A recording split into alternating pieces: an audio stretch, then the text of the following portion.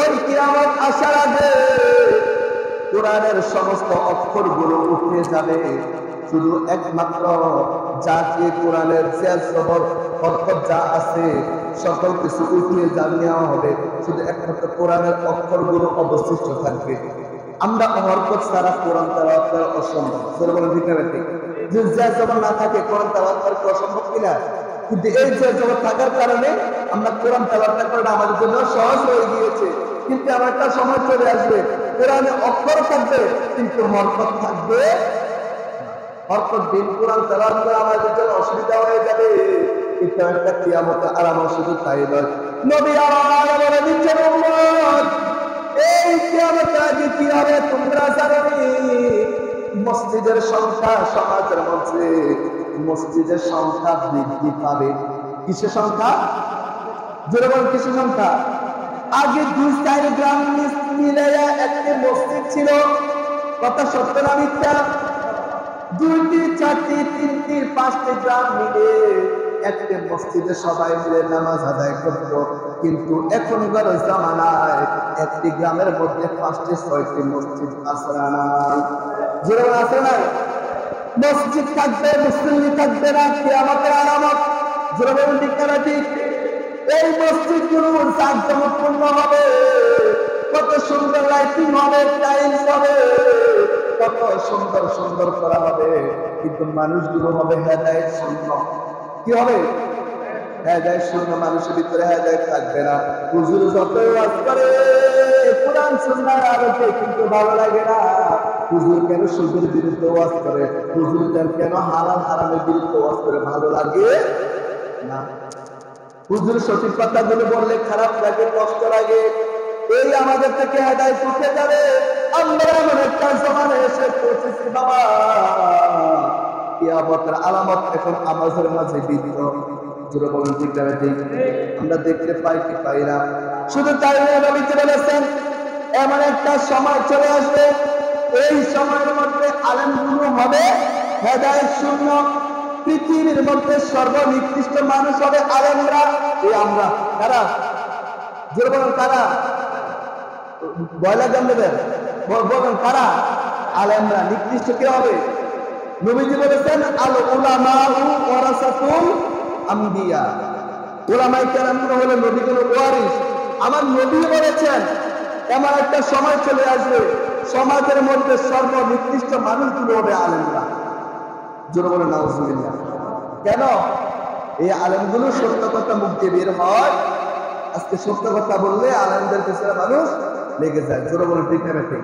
সত্য কথা যখনই বলবে, হক কথা যখন মুখ দেওয়া উচ্চারণ করবে তখন আর ভালো লাগে না। তখন মানুষগুলো এই আলেমগুলো হককে তারা না বলে, তারা ব্যাঠিক বেহক কথা সমাজের মাঝে বলে থাকে। এই জন্য ওই আলেমগুলো হবে সর্বনিকৃষ্ট। জোরে বলেন নাউজুবিল্লাহ। আল্লাহ আমাদেরকে হেফাজত করে। জোরে বলেন আমিন।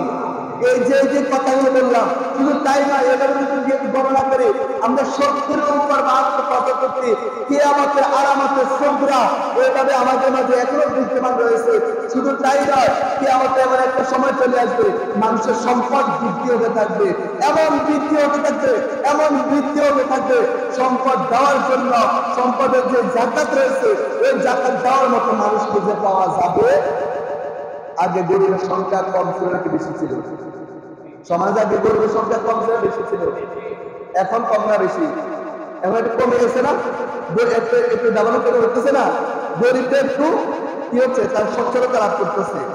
এবং তারাই কারো কাছ থেকে জাকাত নিতে হয়, যেরকম হয়। যেরকম ঠিক না ঠিক? এই নবীজি বলেছেন তাদের সম্পদ এমনভাবে বৃদ্ধি করবে, তার গ্লাসের মধ্যে যখন পানি রাখা হবে, এই পানি যখন গ্লাসটা ভরে যাবে, গ্লাস ভরে যখন উপর দিয়ে বের হবে, মানুষের এমন সম্পদ বৃদ্ধি হবে যে তার আর সম্পদের দরকার নাই, তারপরে তার সম্পদ বৃদ্ধি হতে থাকবে। এই সম্পদের জাকাত দেওয়ার মতো কোনো মানুষ খুঁজে পাওয়া যাবে। এটা একটা কিয়ামতের কি? আর কিয়ামতের কি আলামত।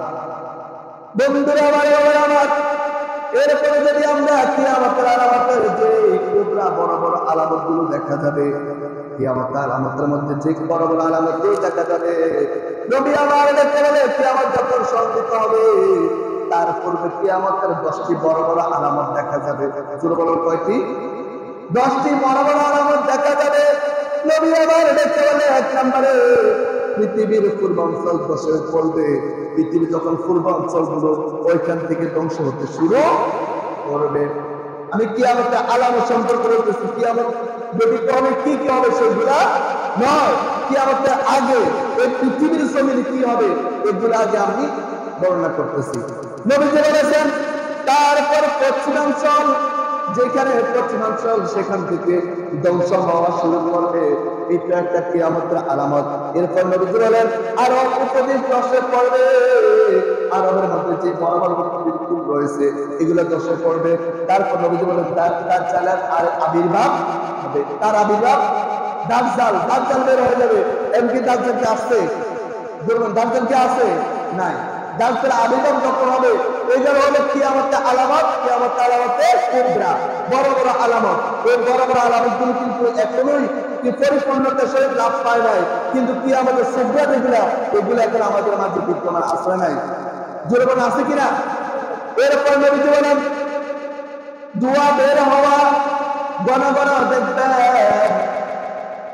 কি আসে, ঘন ঘন আমাদের কি ইয়ে আসে না, কি জানে বলে এটাকে, ভূমিকম্প। ভূমিকম্প কি? ভূমিকম্প। এই কিয়ামতের আলামতের আগে যে ভূমিকম্প এগুলা বৃদ্ধি পাবে। দেখেন এখন প্রতি মাসে 1 বা 2 বার করে আমাদেরকে মিসকল দেয়, যাইতে দেয় না, পুরো জমিন লড়াই চলে। এটা একটা কিয়ামতের কি আলামত। এরপর নবীজি বলেছেন ঈসা ইবনে মারিয়ামের অবতরণ, হযরত ঈসা নবী অবতরণ করবেন। এরপরে নবীজি বলেছেন ইয়াসুফ মাসুদের আবির্ভাব। এরপর নবীজি বলেছেন বিশেষ পানি বের হওয়া। এরপর নবীজি বলেছেন সূর্য পশ্চিমাঞ্চল থেকে উদিত হবে, এবং সূর্যের কোন দিক থেকে? পূর্ব দিক থেকে সূর্য উদিত হয়, পশ্চিম দিকে কি যায়? অস্ত যায়। কিন্তু কিয়ামতের আগে যে বড় আলামতটা চলে আসবে সেটা হবে পশ্চিম দিক থেকে সূর্য উদিত হবে। এটা একটা কিয়ামতের বড় আলামত।